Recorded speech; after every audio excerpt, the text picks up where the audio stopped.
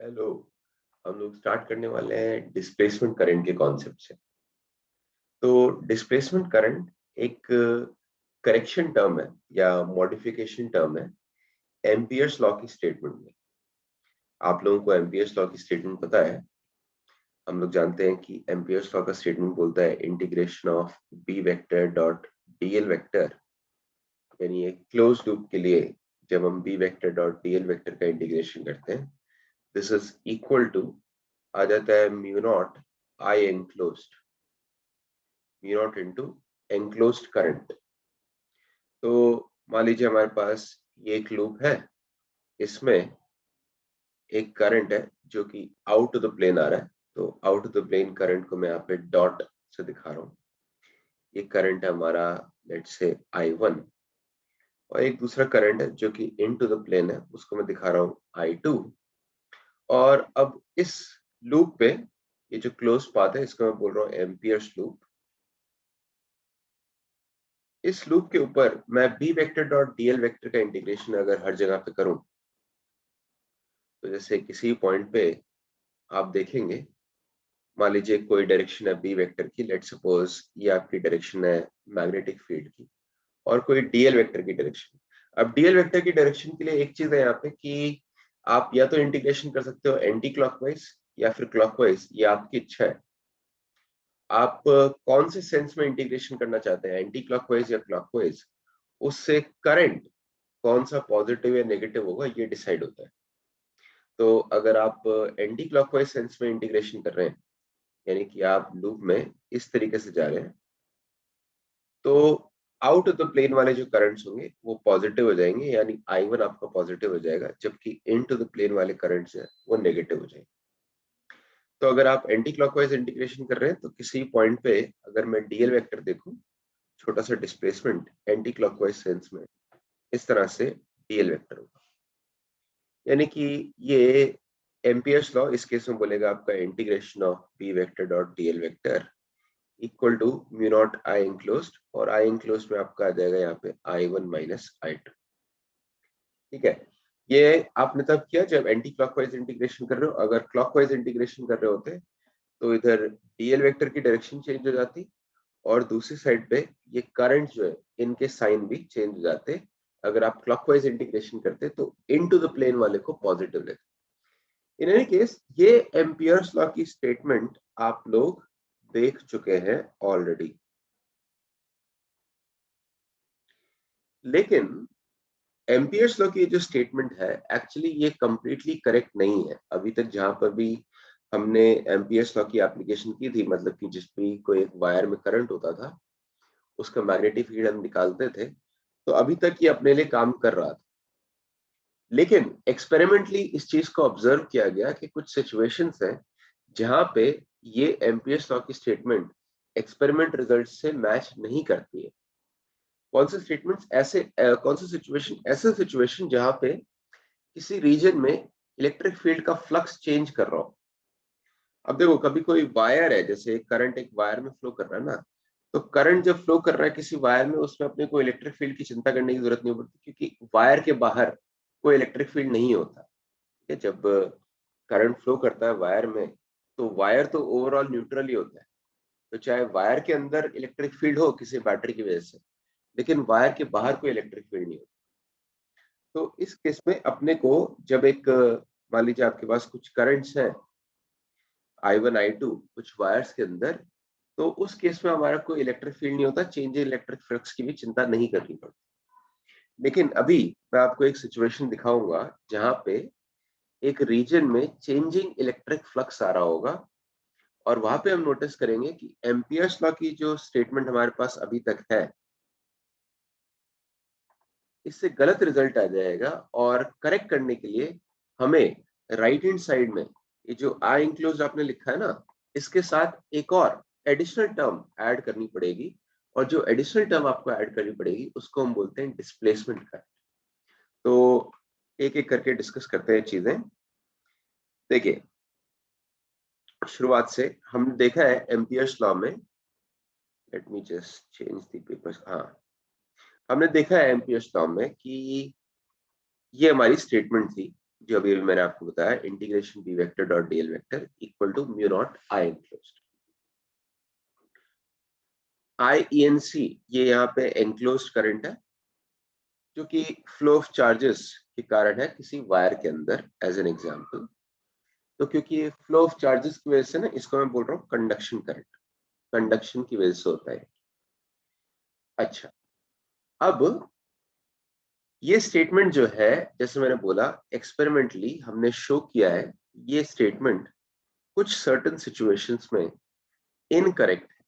ठीक है, कुछ सर्टेन सिचुएशंस में इनकरेक्ट आएगा, इससे जो रिजल्ट आएगा और एक्सपेरिमेंट से जो हमारा ऑब्जर्वेशन है वो मैच नहीं कर रहे। तो उसका एक एग्जांपल मैं भी आपको दिखाने वाला हूँ। जैसे यहाँ पे हम कंसिडर कर रहे हैं एक parallel plate capacitor, let's say circular plates है उसकी, और ये पैरेलल प्लेट कैपेसिटर जो है इसको हमने एक AC वोल्टेज सोर्स से कनेक्ट किया हुआ है। तो यहाँ पे डायग्राम में देखिए, ये आपकी प्लेट्स हैं, ठीक है, सर्कुलर प्लेट्स हैं, इनके बीच में कुछ सेपरेशन है, इनको हमने कनेक्ट कर दिया एक AC सोर्स से। किसी इंस्टेंट में मान लेते हैं कि प्लेट्स के ऊपर कुछ चार्जेस है Q एंड -Q, और जो वायर कनेक्टेड है प्लेट से, उस वायर में मान लेते हैं आपका करंट है स्मॉल है। तो ये करंट इस तरह से फ्लो कर रहा है, ऐसे ही वापस भी वायर में करंट आ रहा होगा I। देखो, सबसे पहली चीज ये है कि अगर आप यहाँ पे करंट निकालना चाहें तो वो बड़ी इजीली निकाल सकते हैं, बिकॉज हम जानते हैं कैपेसिटर के लिए चार्ज कैसे कैलकुलेट करते हैं। हम लोग जानते हैं कि Q इक्वल टू CV होता है। तो Q इक्वल टू CV करेंगे और V की वैल्यू नीचे गिवन है ना, V की वैल्यू गिवन है V nought sine omega T. तो ये आ जाएगा आपका CV not sine omega T. ये हमारा Q आ गया।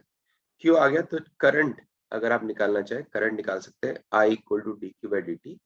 और देखो, उसको डिफरेंशिएट करके आपका आ रहा है omega CV not into cos omega T.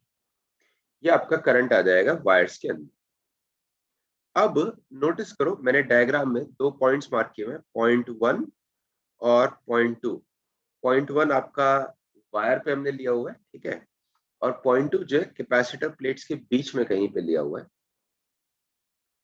अब अगर हम सोचें, एम्पियर्स लॉ की जो स्टेटमेंट हमें ऑलरेडी पता है, अगर मैं उससे गेस करना चाहूँ कि .1 और .2 पे मैग्नेटिक फील्ड होगा या नहीं होगा, और अगर होगा तो क्या दोनों पे .1 और .2 के आसपास अगर मैं कोई पॉइंट लूँ, वहां पे मैग्नेटिक फील्ड की वैल्यू अगर है कुछ, तो क्या वो सेम आएगी या डिफरेंट आएगी, ये मैं गेस करना चाहता हूँ।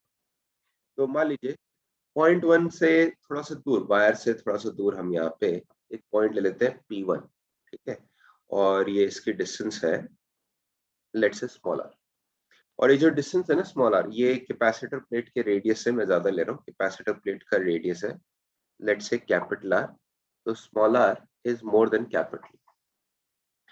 ऐसे ही .2 के जस्ट ऊपर मैं ऐसे ही एक पॉइंट ले रहा हूँ, .2 के जस्ट ऊपर ले लेते हैं P2, उसका भी सेम डिस्टेंस है यहाँ से स्मॉल r। अगर मैं निकालना चाहूंगा कि P1 और P2 पे मैग्नेटिक फील्ड कितना आ रहा है, तो मैं क्या कर सकता हूँ, .1 को सेंटर लेके, ये जो .1 है ना आपका, इसको सेंटर लेके एक एम्पियर लूप बनाते हैं, सर्कुलर एम्पियर लूप बनाते हैं, जिसका रेडियस होगा स्मॉल r, वो पास कर रहा हूँ P1 से। ऐसे ही P2 पे भी हम एक एम्पियर लूप बनाएंगे .2 को सेंटर लेके। तो मैंने आपको नीचे दिखाया हुआ है ऑलरेडी कंस्ट्रक्शन, ये देखिए यहाँ पे .1 के आसपास हमने एक एम्पियर लूप ड्रॉ किया जिसका रेडियस है लेट्स से स्मॉल r। .2 के आसपास भी हमने सेम रेडियस का एक एम्पियर लूप ड्रॉ किया है। अब इन दोनों एम्पियर लूप्स पे अगर मैं एम्पियर्स लॉ लगाऊं, जो अभी तक हमें पता है, तो हम क्या स्टेटमेंट लिखना चाहेंगे। देखिए, .1 पे आप बोलेंगे कि .1 पे जो आपका एम्पियर लूप है ना, ये वाला आपका एम्पियर लूप है, इसको एक करंट जो है क्रॉस कर रहा है ना, यहाँ पे एक करंट इसको क्रॉस कर रहा है I। तो .1 पे जब आप एम्पियर्स लॉ लगाएंगे, integration of B vector dot DL vector, तो यहाँ पे आएगा म्यू नॉट I1। लेकिन .2 पे अगर आप देखें, ये हमारा जो एम्पियर्स लूप है, इसको कोई भी करंट क्रॉस नहीं कर रहा है, तो पॉइंट 2 पे आप बोलना चाहेंगे integration of B2 vector dot DL vector equal to mu nought I2। ठीक है, सॉरी I2 ही बोलना चाहिए था मुझे, मैं क्या बोल रहा था, पॉइंट 2 पे कोई भी करंट क्रॉस नहीं कर रहा है, तो पॉइंट 2 पे आप लिखना चाहेंगे 0। तो यहां से आप एक्सपेक्ट करेंगे कि पॉइंट 1 पे तो मैग्नेटिक फील्ड है, पॉइंट 1 के जस्ट ऊपर जो हमने लिया P1 पे तो मैग्नेटिक फील्ड है, लेकिन पॉइंट P2 पे मैग्नेटिक फील्ड नहीं है, ये आप एक्सपेक्ट करेंगे। लेकिन एक्सपेरिमेंटली हमने ऑब्जर्व किया कि एक्चुअली ऐसा नहीं है। अगर मैं दोनों जगह पे कोई कंपास रख दो, ठीक है, ये देखो आपका कंपास नीडल यहाँ पे रिप्रेजेंट कर रहा हूं मैं, जो सर्कल में एक नीडल ड्रॉ किया ना, एक कंपास रखा हुआ है यहाँ पे, दोनों जगह पे हमने कंपास नीडल रखा, तो हम नोटिस करते हैं कि उस कंपास नीडल के अंदर दोनों जगह पे डिफ्लेक्शन होता है, यानी कि दोनों ही जगह पे मैग्नेटिक फील्ड होना चाहिए। और यही नहीं कि सिर्फ दोनों जगह पे डिफ्लेक्शन होता है, हम ये भी नोटिस करते हैं कि दोनों जगह पे डिफ्लेक्शन जो है कंपास नीडल का सेम डायरेक्शन में होता है, सेम अमाउंट से होता है। तो इनफैक्ट पॉइंट P1 और पॉइंट P2 पे मैग्नेटिक फील्ड एक्सपेरिमेंट के हिसाब से एग्जैक्टली सेम आना चाहिए। तो वो कैसे सेम आएगा, अगर हम एम्पियर्स लॉ की स्टेटमेंट को करेक्ट करें। कैसे करेक्ट करेंगे, थोड़ा देखिए यहाँ पे, नोटिस करो कि पॉइंट 1 पे आपका एक वायर है जो एम्पियर्स लूप को क्रॉस कर रहा है, पॉइंट 2 पे वायर नहीं है, लेकिन पॉइंट 2 पे एक इलेक्ट्रिक फील्ड है जिसका फ्लक्स इस एम्पियर्स लूप से चेंज हो रहा होगा, है ना, आपका एक इलेक्ट्रिक फील्ड है कैपेसिटर के बीच में इस तरीके से। तो जितने एरिया आपका कैपेसिटर प्लेट्स का है, उतने एरिया में आपके पास इलेक्ट्रिक फील्ड है ई, और उस इलेक्ट्रिक फील्ड की वैल्यू जो है यहाँ पे टाइम के साथ चेंज हो रही होगी, बिकॉज हम जानते हैं ई का वैल्यू होता है sigma by epsilon naught. Sigma है charge per unit area by epsilon naught, तो हो जाएगा Q by epsilon naught area. लेकिन क्यू मेरा टाइम के साथ चेंज हो रहा है, मैंने आपको ऊपर दिखाया था क्यू का वैल्यू, ये क्यू का वैल्यू है C V naught sine omega t, यानी कि आपका जो इलेक्ट्रिक फील्ड है वो भी टाइम के साथ चेंज होगा, क्योंकि इसकी वैल्यू आएगी C V naught sine omega t divide by epsilon naught into area. ये आपका इलेक्ट्रिक फील्ड आ गया जो कि टाइम के साथ चेंज हो रहा है। अगर ये इलेक्ट्रिक फील्ड टाइम के साथ चेंज होगा, तो जो एम्पियर्स लूप हमने ड्रॉ किया है पॉइंट 2 के आसपास, ये वाला जो एम्पियर्स लूप है, इसके थ्रू इलेक्ट्रिक फ्लक्स टाइम के साथ चेंज होने वाला है। और यहाँ पे हम दिखाएंगे अभी जो मैं करेक्शन करूंगा एम्पियर्स लॉ में, उसमें आप देखेंगे जब भी इलेक्ट्रिक फ्लक्स टाइम के साथ चेंज होता है, तो उससे भी मैग्नेटिक फील्ड प्रोड्यूस होता है। बेसिकली इलेक्ट्रिक फ्लक्स जो टाइम के साथ चेंज होता है ना, वो एक करंट सोर्स की तरह ही काम करता है। मैं अभी आपको डिटेल दिखाने वाला हूँ। इससे पहले कि मैं करेक्शन पे जाऊं, एक चीज नोटिस करो कि इससे पहले ईएमआई चैप्टर में आप फैराडेज लॉ पढ़ चुके हैं। फैराडेज लॉ में आपको बताया था कि ईएमएफ जो डेवलप होती है वो होती है equal to minus rate of change of magnetic flux. यानी अगर किसी रीजन में मैग्नेटिक फ्लक्स चेंज हो तो ईएमएफ डेवलप होती है। और जो ईएमएफ डेवलप होती है ना, अगर किसी रीजन में मान लो मैग्नेटिक फील्ड टाइम के साथ चेंज कर रहा है, तो ये मान लो आपका लूप है, यहाँ पे कोई मैग्नेटिक फील्ड है, इन टू द प्लेन या आउट ऑफ द प्लेन, जैसा भी लेना चाहे, मैग्नेटिक फील्ड है, और मैग्नेटिक फील्ड टाइम के साथ चेंज कर रहा है। जो मैग्नेटिक फील्ड टाइम के साथ चेंज करेगा ना, तो उसकी वजह से एक इंड्यूस्ड इलेक्ट्रिक फील्ड आता था। और ईएमएफ को आप इंड्यूस्ड इलेक्ट्रिक फील्ड के टर्म्स में लिख सकते हैं integration of E vector dot DL vector, है ना, E vector dot DL vector work done on a unit charge. तो ये आपने पढ़ा हुआ है ऑलरेडी ईएमआई चैप्टर में, इलेक्ट्रोमैग्नेटिक इंडक्शन में, ये आपका फैराडेज लॉ का स्टेटमेंट है।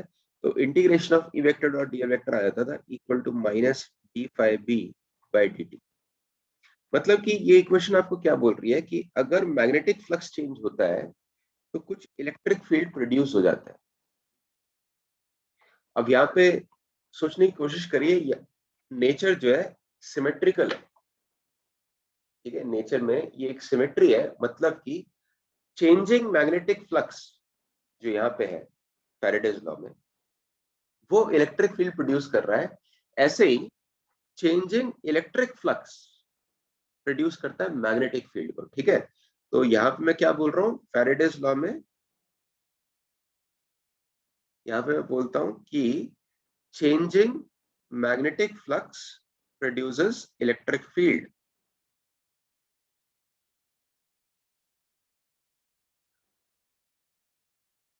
Okay, produces electric field. और अब हम क्या बोलने वाले हैं कि ऐसे ही सिमेट्रिकली क्या होता है कि जब मैग्नेटिक की जगह जब इलेक्ट्रिक फ्लक्स चेंज होता है कहीं पे, तो क्या प्रोड्यूस होता है, मैग्नेटिक फील्ड प्रोड्यूस होता है। ठीक है, जब इलेक्ट्रिक फील्ड फ्लक्स चेंज होता है तो मैग्नेटिक फील्ड प्रोड्यूस होता है। और अभी तक हम लोगों ने हमेशा लिया है कि मैग्नेटिक फील्ड का सोर्स हम लेते थे करंट कुछ, तो इसीलिए वो जो इलेक्ट्रिक फ्लक्स के चेंज के कारण जो मैग्नेटिक फील्ड आ रहा है ना, उसमें इलेक्ट्रिक फ्लक्स का जो चेंज होगा उसको हम एक करंट का नाम दे देंगे। ऑल्दो वो फ्लो ऑफ चार्जेस की वजह से नहीं आएगा, बट जस्ट अपनी अंडरस्टैंडिंग सेम रखने के लिए, अभी तक हम हमेशा सोचते थे कि मैग्नेटिक फील्ड चेंज होता है करंट की वजह से, तो जस्ट उस कारण से चेंजिंग इलेक्ट्रिक फ्लक्स वाली टर्म को भी एक करंट का नाम दे दिया जाता है, डिस्प्लेसमेंट करंट का नाम, जो कि अभी मैं आपको दिखाने वाला हूँ। अच्छा, तो अब क्या हुआ देखिए, चार्ज की वैल्यू मैंने अभी आपको दिखाई थी, वापस इस कैपेसिटर वाले केस पे आ रहे हैं। मैं अभी आपको दिखाऊंगा कि डिस्प्लेसमेंट करंट की वैल्यू क्या है एग्जैक्टली। अभी तक मैंने क्या क्या डिस्कस किया था कि पॉइंट वन पे वायर क्रॉस कर रहा है एम्पियर लूप को, तो पॉइंट वन पे आपकी एम्पियर्स लॉ की इक्वेशन में ये म्यू नॉट आई वन आ रहा है। पॉइंट टू पे कोई वायर क्रॉस नहीं कर रहा तो जीरो आ रहा है, तो हम एक्सपेक्ट कर रहे हैं पॉइंट टू पे मैग्नेटिक फील्ड जीरो, लेकिन एक्सपेरिमेंट के हिसाब से पॉइंट टू पे भी मैग्नेटिक फील्ड आता है। पॉइंट टू पे हमने नोटिस किया है कि इलेक्ट्रिक फील्ड चेंज कर रहा है, यानी एम्पियर्स लूप में से इलेक्ट्रिक फ्लक्स चेंज कर रहा है। तो मैं क्या बोल रहा था, देखिए चार्ज जो मैंने पहले आपको कैलकुलेट करके दिखाया था सीवी, ये हम जानते हैं करंट जो वायर्स में होगा dq by dt, rate of flow of charge, C DV by dt आ जाएगा, क्योंकि v की वैल्यू हम जानते हैं v nought sine omega T, तो इसको डिफरेंशिएट करके आप देख सकते हैं करंट की वैल्यू वायर्स में आ गई है omega C V nought cos omega T. Okay,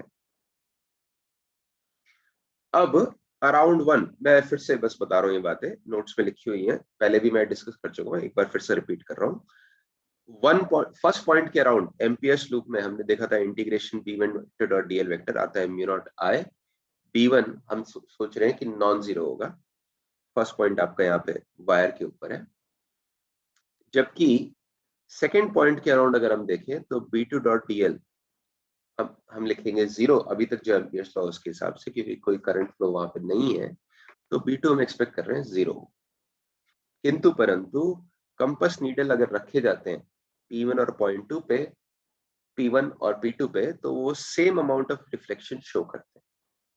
तो correct form of Ampere's law क्या है, अब यहाँ पे नोटिस करो, इसको मैं करेक्शन कर रहा हूं मैं। Correct form of Ampere's law में एक्चुअली क्या होना चाहिए, आपका लेफ्ट हैंड साइड में integration B vector dot DL vector, right hand side में mu not into I C, ये तो है current due to flow of charges, यानी वायर्स में जो करंट होता था, जो अभी तक हम लिखते आए थे आई एनक्लोज जो लिखते थे ना, वो वायर के अंदर फ्लो ऑफ चार्जेस वाला करंट ही था, तो यही उसी को मैं लिख रहा हूँ आई सी। आईसी इसलिए यही चार्जेस की वजह से कंडक्शन करंट, तो इसको मैं बोल रहा हूँ कंडक्शन करंट, या फिर ये वो वाला करंट है जो कि है due to flow of charges, जो कि अभी तक हम लिखते आए थे। अब इसमें एक एडिशनल टर्म आपको ऐड करनी है, वो एडिशनल टर्म क्या है, epsilon nought into D phi E by D T. ठीक है, D phi E by D T, जहां पे कि एज यूजुअल फाई आपका फ्लक्स, तो फाई यहाँ पे क्या है, phi E is electric flux. तो तुम देख रहे हो ये जो टर्म है इसमें d phi E by D t आ रहा है, यानी ये टर्म आपकी नॉन जीरो तभी होगी जबकि फ्लक्स टाइम के साथ चेंज हो रहा हो। तो अभी तक जहां पे भी आपने एम्पियर्स लॉ लगाया है इस चैप्टर से पहले, वहां पे कहीं पे भी ऐसा सिचुएशन आया ही नहीं कि आपको इलेक्ट्रिक फ्लक्स फील्ड का फ्लक्स चेंज हो रहा हो, तो अभी तक आपको चिंता करने की जरूरत नहीं पड़ी, अभी तक हमेशा करंट कैरिंग वायर्स ही आते। लेकिन अब इस कैपेसिटर वाले केस में, क्योंकि कैपेसिटर के बीच में इलेक्ट्रिक फील्ड चेंज हो रहा है और इलेक्ट्रिक फ्लक्स चेंज हो रहा है, तो अब यहाँ पे आपका जो एम्पियर्स लॉ की ओल्ड स्टेटमेंट, ओरिजिनल स्टेटमेंट जो अभी तक आप यूज कर रहे थे, वो काम नहीं कर रही है, क्योंकि करेक्ट स्टेटमेंट में हमें ये टर्म भी इंक्लूड करना चाहिए, और ये जो टर्म है इसको ही बोला जाता है डिस्प्लेसमेंट करंट। ठीक है, epsilon nought D phi E by D T को बोला जाता है डिस्प्लेसमेंट करंट। ये जो डिस्प्लेसमेंट करंट है this is due to changing electric flux. मैं एक बार और चीज इस बात को क्लियर कर देता हूँ, इसको हम बोल रहे हैं डिस्प्लेसमेंट करंट क्योंकि इसका डायमेंशंस या यूनिट्स जो है करंट वाले होंगे। इसका एक तरह से काम भी वही है जो कि करंट का काम है। करंट जो है मैग्नेटिक फील्ड प्रोड्यूस करता है। तो यहाँ पे एम्पियर्स लॉ इक्वेशन में राइट हैंड साइड पे आपका करंट है, लेफ्ट हैंड साइड में उसके कारण मैग्नेटिक फील्ड प्रोड्यूस हो रहा है, तो इसलिए हम इसको करंट बोल रहे हैं। लेकिन ऐसा मत सोचिएगा कि कैपेसिटर प्लेट्स के बीच में एक्चुअली चार्ज फ्लो कर रहा है, वहां पे चार्ज फ्लो नहीं कर रहा है। ठीक है, इसको हमने बस एक नाम दे दिया डिस्प्लेसमेंट करंट, क्योंकि ये कंडक्शन करंट वाली इक्वेशन, एक्सक्यूज मी, ये एम्पियर्स लॉ की इक्वेशन में कंडक्शन करंट के साथ ये टर्म, कंडक्शन करंट के साथ ये टर्म ऐड हो रही है, तो सेम डायमेंशंस की है ना, तो इसका डायमेंशन सेम है, इसका काम यहाँ पे सेम है जो कि कंडक्शन करंट का, तो इसलिए यहाँ पे इसको करंट नाम दे दिया गया बस। फिर से आगे से मैं डिस्प्लेसमेंट करूंगा I D, D for displacement equal to epsilon nought D phi by D T, ये आपका डिस्प्लेसमेंट करंट हो जाए। तो अब अगर डिस्प्लेसमेंट करंट की जो टर्म है उसको ऐड कर दें हम, यानी एम्पियर्स लॉ को करेक्ट बना दें, तो अब आपका पॉइंट वन और पॉइंट टू पे मैग्नेटिक फील्ड की जो इक्वेशन मैंने लिखी थी उसमें क्या चेंज आएंगे। देखिए, देखो पॉइंट वन पे कोई चेंज नहीं आएगा, क्योंकि पॉइंट वन पे यहाँ पे तो आपका कोई इलेक्ट्रिक फील्ड है ही नहीं, इलेक्ट्रिक फील्ड जीरो। तो इवन आपने डिस्प्लेसमेंट करंट वाली इक्वेशन ऐड की है, लेकिन पॉइंट वन पे कोई इफेक्टिवली चेंज नहीं आने वाला है। पॉइंट वन पे फिर से आप लिखने वाले हैं कि कंडक्शन करंट आपका वायर के अंदर जो करंट था, वायर के अंदर करंट मैं आपको पहले लिख चुका हूं। डिस्प्लेसमेंट करंट पॉइंट वन पे है जीरो, तो इसका मतलब अगर आप एम्पियर्स लॉ इक्वेशन लिखें तो integration v1 vector dot dl vector में mu naught ic plus id में केवल ic की वैल्यू हमें लिखनी है जो कि है current in the wire small है, इसको बोलते हैं इक्वेशन स्टार। जबकि पॉइंट टू के आसपास जो आपने एम्पियर्स लूप ड्रॉ किया था, ये P2 पे मैग्नेटिक फील्ड निकालने के लिए, इसमें अब पॉइंट टू से कोई कंडक्शन करंट तो नहीं है क्योंकि यहाँ पे कोई वायर नहीं है, लेकिन इस इलेक्ट्रिक फील्ड के चेंज के कारण यहाँ पे इलेक्ट्रिक फ्लक्स चेंज होगा और इलेक्ट्रिक फ्लक्स के कारण डिस्प्लेसमेंट करंट आएगा। तो डिस्प्लेसमेंट करंट वाली टर्म अब यहाँ पे मुझे ऐड करनी पड़ेगी एम्पियर्स लॉ की इक्वेशन में। अब देखते हैं कैसे ऐड करेंगे। पहली चीज देखो, मैंने बोला around two conduction current zero क्योंकि कोई चार्ज फ्लो नहीं है। डिस्प्लेसमेंट करंट आपका यहाँ पे होगा epsilon nought into D phi by D T. Phi E हमारा होता है फ्लक्स, तो फ्लक्स को मैं कैसे कर दूंगा, इलेक्ट्रिक फील्ड इनटू एरिया। तो एरिया से यहाँ पे मेरा मतलब है, एक्चुअली हम लेना चाहते हैं पूरे एम्पियर्स लूप का एरिया, लेकिन आप देख रहे हैं कि इलेक्ट्रिक फील्ड जो है केवल उतने ही एरिया में जितना कि आपका एरिया है कैपेसिटर प्लेट्स का। ठीक है, तो इवन दो एम्पियर्स लूप इससे बाहर भी जा रहा है, लेकिन इलेक्ट्रिक फील्ड केवल इतने ही एरिया में है जो कि आपके कैपेसिटर प्लेट्स का एरिया है।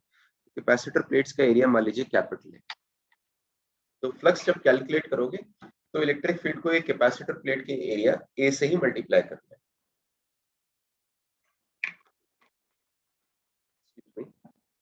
और इलेक्ट्रिक फील्ड की वैल्यू मैंने आपको बताई थी अभी अभी, इलेक्ट्रिक फील्ड होता है सिग्मा बाय एप्सिलॉन नॉट, यानी Q by A divide by epsilon naught. तो एक Q by epsilon naught A आ गया इलेक्ट्रिक फील्ड।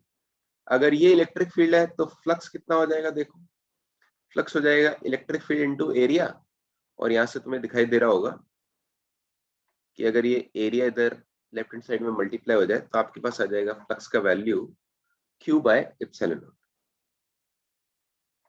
डिस्प्लेसमेंट करंट में हमें क्या करना होता है, इसका डिफरेंशिएशन करना होता है। ठीक है, डी बाई डी टी करना होता है, तो वही आप दिखा देते हैं। देखिए यहाँ पे मैंने लिखा है इप्सिलॉन नॉट, ये आ गया D by D T of flux, flux में इलेक्ट्रिक फील्ड इनटू एरिया।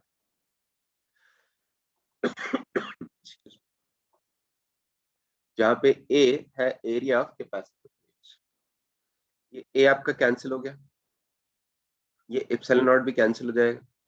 आप देखेंगे बचेगा केवल D Q by D T. और अब तुम देख रहे हो यहाँ पे कोइंसिडेंटली क्या हो गया, dq बाई dt आ गया डिस्प्लेसमेंट करंट का वैल्यू। ठीक है, अगेन यहाँ से मत कंफ्यूज हो जाए कि यार dq बाई dt आ रहा है तो कहीं आप ये सोचने लगे वहां पे भी एक्चुअली चार्ज फ्लो कर रहा है। यहाँ पे कोइंसिडेंटली प्लेट्स के बीच में एप्सिलॉन और D phi E by D T की जो वैल्यू आपने कैलकुलेट की, कोइंसिडेंटली वो dq बाई dt के इक्वल ही आ गई। और dq बाई dt हम जानते हैं न्यूमेरिकली जो वायर में करंट था उसके इक्वल ही आ रहा है, यानी कि जो डिस्प्लेसमेंट करंट की वैल्यू है ना, वो इस केस में वो उसके इक्वल ही आ रही है जो कि आपकी करंट इन वायर्स। यानी कि पॉइंट 2 पे आपने जो एम्पियर्स लूप ड्रॉ किया था वहां पे अगर आप एम्पियर्स लॉ लगाएं तो इंटीग्रेशन b2 डॉट dl में कंडक्शन करंट तो जीरो है, लेकिन डिस्प्लेसमेंट करंट की वैल्यू स्मॉल आई ही है, जो कि जहां पे स्मॉल आई आपका वायर के अंदर करंट था। तो यहां से भी म्यू नॉट आई आ जाता है, जिसको मैं बोल रहा हूँ डबल स्टार इक्वेशन। ठीक है, तो स्टार फर्स्ट वाली जो इक्वेशन थी वो थी पॉइंट 1 पे जो एम्पियर्स लूप ड्रॉ किया था उसके लिए। डबल स्टार वाली जो इक्वेशन है वो है पॉइंट 2 पे जो एम्पियर्स लूप ड्रॉ किया उसके लिए। और आप देख रहे हैं कि जब हमने करेक्शन टर्म डाल दिया तो जो डिस्प्लेसमेंट करंट वाला इक्वेशन है, डिस्प्लेसमेंट करंट वाला टर्म है, वो जब हमने ऐड कर दिया एम्पियर्स लॉ में, तो पॉइंट 1 और पॉइंट 2 पे b1 और b2 पे इक्वेशन जो है एग्जैक्टली सेम आ रही है। यानी कि इन दोनों इक्वेशन से हम क्या एक्सपेक्ट करेंगे कि b1 इक्वल टू b2 आना चाहिए, और ये आपके एक्सपेरिमेंट को मैच करता है ना, ये हम एक्सपेरिमेंट से कंफर्म कर चुके हैं कि b1 और b2 की वैल्यू दोनों जगह पे सेम आती है। ठीक है, तो ये आपका डिस्प्लेसमेंट करंट होता है। यहाँ पे एक और बार मैं आपको सिमेट्री वाली चीज, इलेक्ट्रिक फील्ड और मैग्नेटिक फील्ड में जो सिमेट्री वाली चीज है उसको एक और बार मेंशन करना चाहूंगा। देखो फैराडेज लॉ में आपने देखा है integration E vector dot DL vector equal to minus D phi B by D T, यानी चेंजिंग मैग्नेटिक फ्लक्स से इलेक्ट्रिक फील्ड प्रोड्यूस होता है। और अब एम्पियर्स लॉ में हमने क्या दिखाया आपको, integration of B vector dot DL vector equal to mu not into, एक तो कंडक्शन करंट तो आता ही है वायर में जो चार्जेस के फ्लो के कारण आता था, लेकिन एक एडिशनल टर्म आ रहा है epsilon nought D phi E by D T. यानी मुझे क्या पता लग रहा है कि जब इलेक्ट्रिक फ्लक्स चेंज होता है तो उससे भी मैग्नेटिक फील्ड प्रोड्यूस होता है। तो देख रहे हैं ना सिमेट्री, मैग्नेटिक फ्लक्स के चेंज से इलेक्ट्रिक फील्ड, इलेक्ट्रिक फ्लक्स के चेंज से मैग्नेटिक फील्ड। ठीक है, तो ये सिमेट्री की मैं बात करूं। ओके, हो सकता है आप में से कुछ लोग सोच रहे हो कि यहाँ पे फैराडेज लॉ वाली जो इक्वेशन है उसमें करंट वाली जो टर्म है, जो वायर में कंडक्शन करंट था, वैसी कोई टर्म क्यों नहीं आ रही है। तो इसका रीजन आप समझते होंगे कि कंडक्शन करंट जो है फ्लो ऑफ चार्जेस की वजह से होता है। किसी एक डायरेक्शन में मान लीजिए आपके इलेक्ट्रॉन्स मूव कर रहे हैं, पॉजिटिव चार्जेस अगर मूव कर सकते हैं तो उसके ऑपोजिट डायरेक्शन में मूव करेंगे। लेकिन आप जानते हैं कि मैग्नेटिज्म में मैग्नेटिक चार्ज अकेले कभी एग्जिस्ट नहीं करते, यानी मैग्नेटिक मोनोपोल्स कभी एग्जिस्ट नहीं करते। तो ऐसा नहीं होगा कि मैग्नेटिक मोनोपोल मतलब नॉर्थ पोल एक डायरेक्शन में मूव कर रहे हो और साउथ पोल दूसरे डायरेक्शन में मूव कर रहे हो। नॉर्थ पोल और साउथ पोल हमेशा साथ साथ आते हैं। तो इसीलिए फैराडेज लॉ वाली जो इक्वेशन है उसमें ये जो करंट आया था फ्लो ऑफ चार्जेस की वजह से, तो वहां पे फ्लो ऑफ मैग्नेटिक चार्जेस की वजह से कोई करंट वाली टर्म नहीं। ओके, एक न्यूमेरिकल एग्जांपल में लेने वाला हूं यहाँ पे। लेट्स सपोज ये एक कैपेसिटर प्लेट है। कैपेसिटर प्लेट का रेडियस है आपको गिवन है, रेडियस है 2 मिलीमीटर। इन दोनों बीच के बीच में सेपरेशन है 10 माइक्रोमीटर। अब बीच में हम एक पॉइंट ले रहे हैं P, जो कि अगर कैपेसिटर प्लेट के सेंटर को कनेक्ट करें ना, जो सेंटर वाली लाइन है, सेंटर वाली लाइन से एक 1 मिलीमीटर डिस्टेंस पे है। ठीक है, तो कैपेसिटर प्लेट्स के बीच में ही है पॉइंट P। एसी सोर्स भी आपको गिवन है 100 volts into sine of pi T. अब हम चाहते हैं कि इस पॉइंट P पे मैग्नेटिक फील्ड की वैल्यू हम निकालें। मैग्नेटिक फील्ड की वैल्यू हम निकालना चाहते हैं t इक्वल टू 1/4 सेकेंड। तो अब नोटिस करो कि अभी जो डिस्प्लेसमेंट करंट के लिए पूरा थियोरेटिकल डिस्कशन हमने किया था, उस केस में जो पॉइंट मैंने लिया था जहां पे कि मैग्नेटिक फील्ड हमने कैलकुलेट किया वो कैपेसिटर प्लेट के बाहर लिया। अगर आप कैपेसिटर प्लेट के बाहर पॉइंट ले लेते हैं तो एम्पियर्स लूप कैपेसिटर प्लेट से बड़ा होगा, तो उस केस में सारा का सारा जो इलेक्ट्रिक फील्ड है, जितना भी कैपेसिटर प्लेट्स के बीच में इलेक्ट्रिक फील्ड है, पूरे के पूरे उस इलेक्ट्रिक फील्ड की वजह से फ्लक्स आएगा। लेकिन अब यहाँ पे मैं आपको जो पॉइंट है जिसमें हमें मैग्नेटिक फील्ड निकालना है वो कैपेसिटर प्लेट्स के बीच में दिखा रहा हूँ। तो अगर आपने कोई एम्पियर्स लूप यहाँ पे ड्रॉ किया 1 मिलीमीटर रेडियस का, तो उसमें देखो केवल इतने पार्ट में 1 मिलीमीटर में जो आपका इलेक्ट्रिक फील्ड आ रहा होगा ना, इतने रीजन में जो इलेक्ट्रिक फील्ड के कारण फ्लक्स आ रहा है, केवल उसी का काउंट करना है। ठीक है, तो चलिए देखते हैं अब इसकी कैलकुलेशन कैसे करेंगे। एक तो सिंपल चीजें पहले यहाँ पे नोटिस कर लेते हैं। ये पहली बात तो एम्पियर्स लूप, ये मेरा ब्लू में जो मैंने ड्रॉ किया है ये मेरा एम्पियर्स लूप होगा, इसका रेडियस है 1 मिलीमीटर। दूसरी बात, अगर मैं कैपेसिटर प्लेट का एरिया लिखूं तो कैपेसिटर प्लेट का एरिया आने वाला है capital A equal to pi into 2 millimetre square. तो ये जो एम्पियर्स लूप का एरिया है ना, एम्पियर्स लूप का एरिया होगा pi into 1 millimetre square. I think आप समझ गए होंगे, ये area total area divide by 4 आ रहा है। ठीक है ना, 2 का स्क्वायर क्योंकि यहाँ पे 4 से मल्टीप्लाई होता है, जबकि यहाँ पे 1 स्क्वायर 1 से ही मल्टीप्लाई होता है पाई। तो अगर टोटल एरिया के टर्म्स में इसको लिखना चाहे तो लिख सकते हैं कैपिटल ए डिवाइड बाय 4। दूसरी बात, ये जो 1 मिलीमीटर है इसको मैं बोलूंगा स्मॉल आर। तो अब यहाँ पे लिखने की कोशिश करते हैं हमारी एम्पियर्स लॉ की इक्वेशन। एम्पियर्स लॉ की इक्वेशन के हिसाब से integration of B vector dot DL vector, ये आ जाएगा mu not into conduction current plus displacement current. अब ये पॉइंट हमने कैपेसिटर प्लेट्स के बीच में लिया है, तो वायर तो वहां पे कोई है नहीं, यानी कि कंडक्शन करंट आपका है 0। डिस्प्लेसमेंट करंट कितना है देखिए, डिस्प्लेसमेंट करंट आपका होता है epsilon nought into rate of change of electric flux.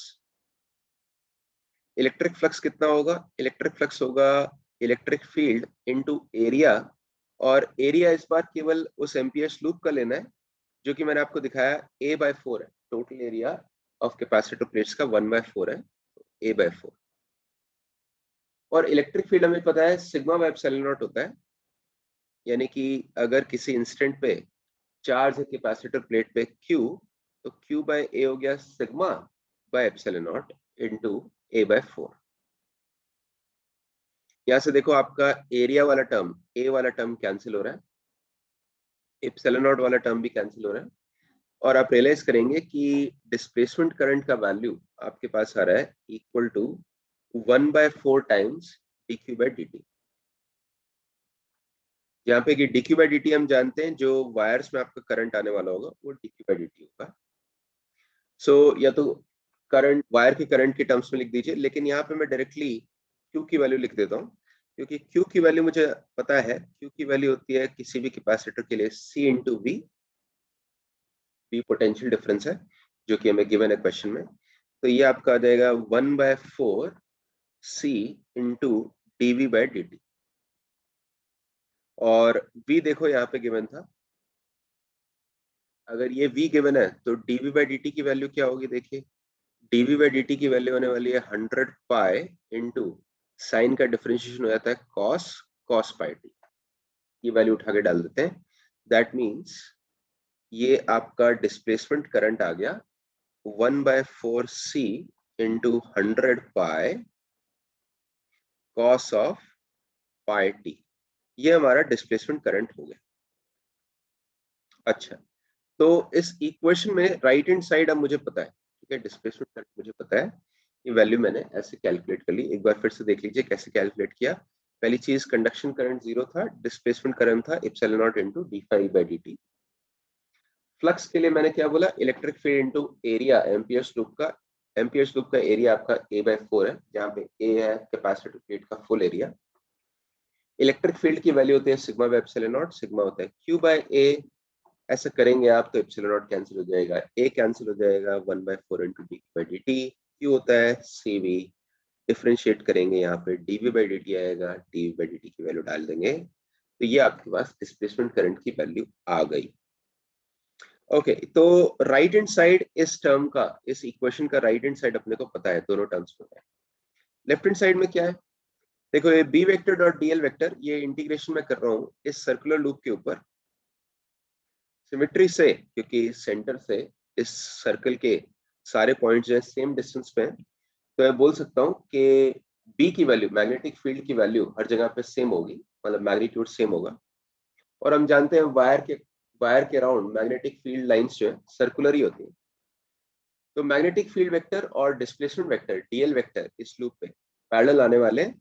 इसका मतलब integration of B vector dot DL vector अगर मैं करूंगा ना, तो ये आपका हो जाएगा इंटीग्रेशन ऑफ बी डीएल, उसमें भी क्योंकि बी की वैल्यू हर जगह सेम रहेगी तो इंटीग्रेशन ऑफ डीएल वो आपका सरकमफ्रेंस आ जाएगा। सरकमफ्रेंस आ जाएगा बी इंटू, तो सरकमफ्रेंस की वैल्यू 2 पाई आर, जहाँ पे स्मॉल आर आपका 1 मिलीमीटर हमें गिवन है क्वेश्चन में। ये जो रेडियस है दिस इज स्मॉल आर। तो अब इस इक्वेशन में जो एम्पियर्स लॉ की इक्वेशन है, इसमें मुझे लेफ्ट हैंड साइड पे जो टर्म है वो भी पता है, राइट हैंड साइड वाली टर्म भी पता है, दोनों को इक्वेट कर देते हैं। तो आप लिखेंगे, let me make a separation यहाँ पे, तो आप लिखेंगे b into 2 pi r equal to mu naught into I C था आपका 0, डिस्प्लेसमेंट करंट आपको दिया हुआ है 1/4 c। और यहाँ पे एक और चीज है, c कैपेसिटेंस आपका। तो पैरेलल प्लेट कैपेसिटर के लिए कैपेसिटेंस की वैल्यू मैं जानता हूँ epsilon nought a by D आती है, ठीक है। ए एरिया है कैपेसिटर प्लेट्स का, एरिया होगा पाई इंटू, क्योंकि रेडियस कैपेसिटर प्लेट का 2 मिलीमीटर था तो 4 मिलीमीटर स्क्वायर, 4 मिलीमीटर स्क्वायर करते हम लिख देंगे 4 × 10⁻⁶, ऐसा यूनिट्स में अगर कर रहे हैं तो। और दोनों कैपेसिटर प्लेट्स के बीच में डिस्टेंस था 10 माइक्रोमीटर, तो ऐसा यूनिट्स में अगर उसको लिखूं, ये जो 10 माइक्रोमीटर है तो इसको लिख सकता हूँ 10⁻⁵ मीटर्स, ठीक है। तो ये आ जाएगा डिवाइड बाय 10⁻⁵। यहाँ पे आप 10⁻⁵ कैंसिल कर सकते हैं, तो यानी कि आपके पास बचेगा c का वैल्यू देखिए 4 पाई एप्सिलॉन नॉट इंटू 10⁻⁻1 बचे, ठीक है। 10⁻⁵ मैंने यहाँ पे कैंसिल कर दिया। ओके, ये कैपेसिटेंस की वैल्यू होगी। फिर आगे था 100, उसको लिख देता हूँ 10⁻2 pi cos of pi T, cos of pi T. In fact question में आपको टाइम की वैल्यू भी गिवन है, आपको निकाला था time t equal to 1/4 second पे। तो अब नेक्स्ट स्टेप में मैं टाइम की वैल्यू भी डाल देता हूँ। अभी देखिए यहाँ पे आई थिंक हम लोग एक पाई का टर्म कैंसिल कर सकते हैं दोनों साइड, ये पाई वाला टर्म आपका कैंसिल हो जाएगा। एक दूसरी बात आप नोटिस करेंगे, ये म्यू नॉट और एप्सिलॉन नॉट यहाँ पे मल्टीप्लाई हो रहे हैं, 4 और 4 भी कैंसिल हो रहा है। ये r की वैल्यू 1 मिलीमीटर, तो लेफ्ट हैंड साइड में मैं लिख सकता हूँ b इंटू 2 इंटू 10⁻⁻3। तो आगे बस आप कैलकुलेशन आप चाहे तो कर सकते हैं, बट फिर भी मैं ट्राई करता हूँ करना। म्यू नॉट एप्सिलॉन नॉट, तो आप लोगों को पता होगा म्यू नॉट एप्सिलॉन नॉट जो है वो 1/c² होता है, जहाँ पे c है स्पीड ऑफ लाइट। तो म्यू नॉट एप्सिलॉन नॉट जो मल्टीप्लाई हो रहा है ना, उसको लिख देते हैं 1/c², और c की वैल्यू होती है 3 इंटू 10⁸, तो 1/c² करेंगे तो 1/9 इंटू 10⁻16, यानी कि एक टर्म आपका आ जाएगा यहाँ पे 1/9 इंटू 10⁻16। ये तो हो गया म्यू नॉट एप्सिलॉन नॉट से। 4 मेरा कैंसिल हो चुका है, पाई बचा पाई इंटू 10⁻, ये देखिए -1 और 2, ये हो जाएगा 10⁻1 इंटू कॉस पाई टी। अब t आपको 1/4 गिवन है, तो देखेंगे cos π/4 आ रहा है, cos π/4 की वैल्यू 1/√2 होती है, तो डायरेक्टली मैं 1/√2 लिख देता हूँ, ठीक है। So let me see, did I miss anything? Pi cancel कर दिया, 4 कैंसिल कर दिया, 1 यहाँ पे आ गया। आई थिंक मैं करेक्ट हूँ, फिर भी आप लोग मेरे कैलकुलेशन चेक कर लीजिएगा। अच्छा, तो दिस इज फाइन। इसका मतलब मैग्नेटिक फील्ड की वैल्यू यहाँ पे आ रही होगी B इक्वल टू, अगर हम लिखना चाहें तो मेरे ख्याल से आ जाएगा π/18√2 into 10 to power, I want to say 4 - 16, 10 to power -12 Tesla. ये आपकी मैग्नेटिक फील्ड की वैल्यू आ रही है, ठीक है। तो मेन चीज ये है कि जो आपने एक तो डिस्प्लेसमेंट करंट वाला जो टर्म है उसको ऐड करना है, वो तो है ही, लेकिन एक ये भी देखना है कि अगर आप पॉइंट लेते कैपेसिटर के बाहर कहीं पे ले लेते, जैसे मैंने ऊपर आपको थियोरी में दिखाया था, तो आप एम्पियर लूप ये बड़ा वाला बनाते, तो यहाँ पे पूरा कैपेसिटर का जो भी एरिया है, सारा का सारा एरिया में जो इलेक्ट्रिक फील्ड है उसके कारण फ्लक्स कंसीडर करना पड़ता, पूरा का पूरा इलेक्ट्रिक फ्लक्स कंसीडर करना पड़ता। लेकिन अगर आप जो रेडियस है वो कैपेसिटर के प्लेट के रेडियस से कम ले रहे हैं, जो कि मैंने आपको दिखाया है, तो अब आपको केवल उसी एरिया में फ्लक्स लेना है जो कि आपकी एम्पियर लूप का एरिया है, केवल वहीं पे आपकी इलेक्ट्रिक फील्ड लाइंस को आपको कंसीडर करना है। तो उसी वजह से हमने जो इलेक्ट्रिक फ्लक्स लिया उसमें एरिया लिया A/4, जहाँ पे A आपका कैपेसिटर प्लेट का एरिया था। ठीक है, अब नेक्स्ट हम लोग डिस्कस करने वाले हैं नेक्स्ट लेक्चर में मैक्सवेल्स इक्वेशंस। अभी के लिए इतना ही।